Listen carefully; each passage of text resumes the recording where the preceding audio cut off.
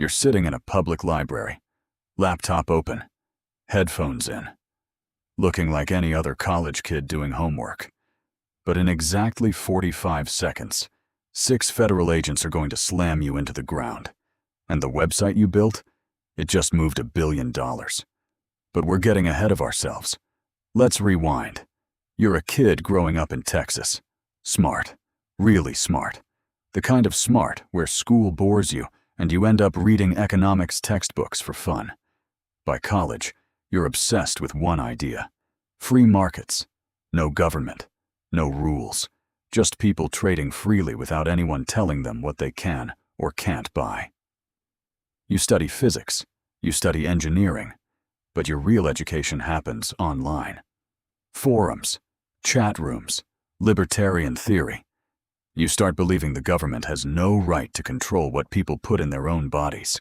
And that one belief, that's the spark that changes everything. You graduate, get a job, hate it, quit, try a used book business. It flops.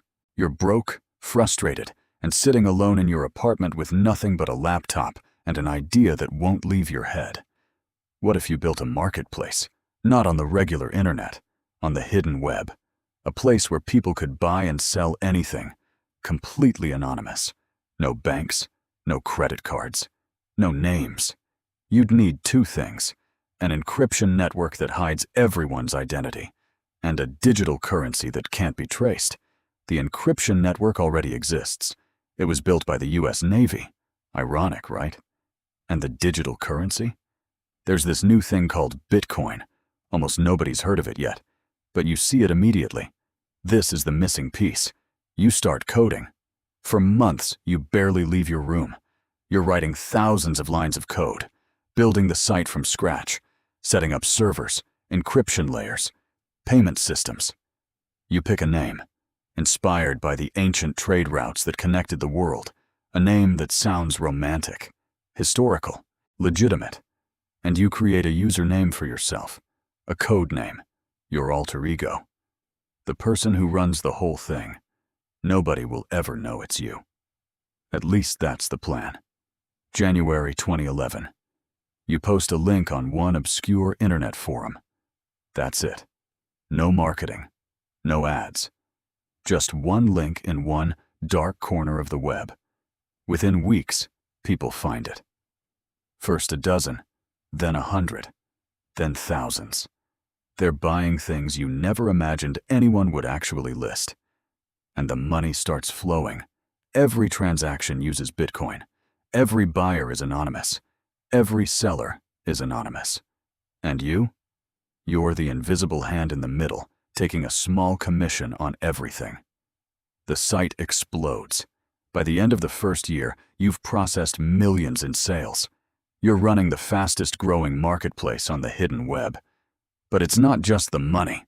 People are leaving reviews. Sellers are competing for ratings. You've built an entire economy with trust systems, dispute resolution, even customer support forums. You're not just a coder anymore. You're running a government. Your own little digital nation with its own rules, its own currency, and its own citizens. And they worship you. Your forum posts read like philosophy essays. You talk about freedom, about choice, about building a world without force or coercion. You actually believe you're changing the world. Here's where it gets wild. Bitcoin is worth almost nothing when you start. Pennies. By the time your site is booming, the price starts climbing, and you're sitting on a mountain of it. You're earning commissions on every single transaction, hundreds of thousands of sales. And because you got in early, your Bitcoin stash is now worth tens of millions. On paper, you might be one of the richest people under 30 in the country. Nobody knows. You can't spend it, can't tell anyone, can't buy a house or a car without raising red flags. So what do? You live like a ghost, renting cheap apartments, moving between cities. San Francisco, Austin, Sydney, Australia for a while. Always a fake name. Always cash. You work from coffee shops and libraries, dressed like a broke college student. The barista has no clue she's making a latte for someone running a billion-dollar empire.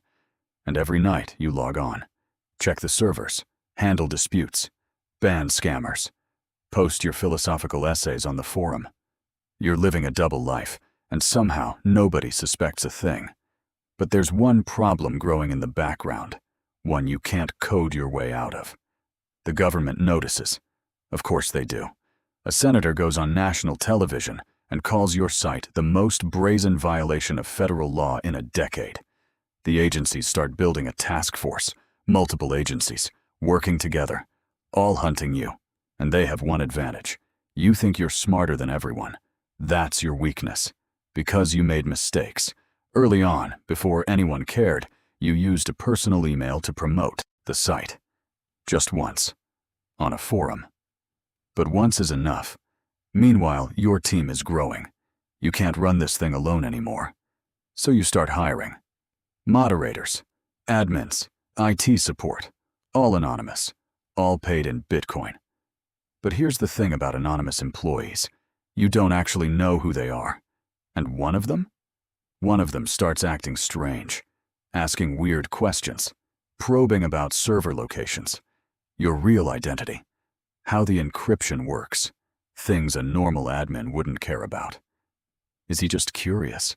Or is he something worse? Is your most trusted admin actually working for them? The paranoia hits hard. You start sleeping with your laptop, changing your encryption keys every few days, trusting nobody. You write in your private journal.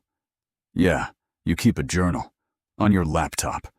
Every thought, every fear, every decision, all documented. If anyone ever found this, it's a full confession. But you can't stop writing. It's the only place you can be honest, the only place you can be you. Because in real life, you don't exist anymore. October 2013, San Francisco. You've been running the site for almost 3 years. You've moved billions. You've changed how the world thinks about privacy, commerce, and the internet itself. And you have no idea they already know who you are. They've been watching for weeks, following you to coffee shops, tracking your routine, waiting for the perfect moment. See, they need you with your laptop open, logged in. If you close it, the encryption kicks in and everything locks. They need to catch you in the act. It's a Tuesday afternoon. You walk into a public library in the Glen Park neighborhood. Same routine. Laptop out. Sit in the science fiction section. Log in. You don't notice the couple arguing behind you. They're not a couple. They're agents. The argument is a distraction. One of them bumps into you. You look up. In that half second, another agent grabs your laptop from your hands before you can close it. You freeze. Your screen is open. You're logged in. Everything. The servers, the messages, the Bitcoin wallets, all exposed. They slam you against the bookshelf. Handcuffs. Face down. The librarians are staring. A guy reading a novel drops his book. It's over. Your laptop is a goldmine. The journal. The chats. The financial records. Everything they need. Served on a silver platter. Your site is seized. The homepage replaced with a giant government banner. Millions of users worldwide see the message. The marketplace that was supposed to be untouchable. Taken down in an afternoon.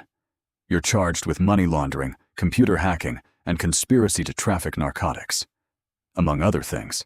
At trial, your lawyers argue you built a platform, not a drug ring. You were a libertarian idealist, a technologist. You didn't sell anything yourself. The judge doesn't buy it. Not even a little. You're sentenced to life in prison. No parole. You're still there right now, and here's what haunts people about your story. You weren't a violent criminal. No guns, no threats, no cartel. Just a kid with a laptop, a philosophy, and a belief that technology could set people free. It didn't. But the technology you proved? The anonymous marketplaces, the cryptocurrency payments, the encrypted networks. That genie never went back in the bottle. Within months, dozens of copies popped up. Bigger, smarter, harder to catch. You change the internet forever, and you'll never see it again.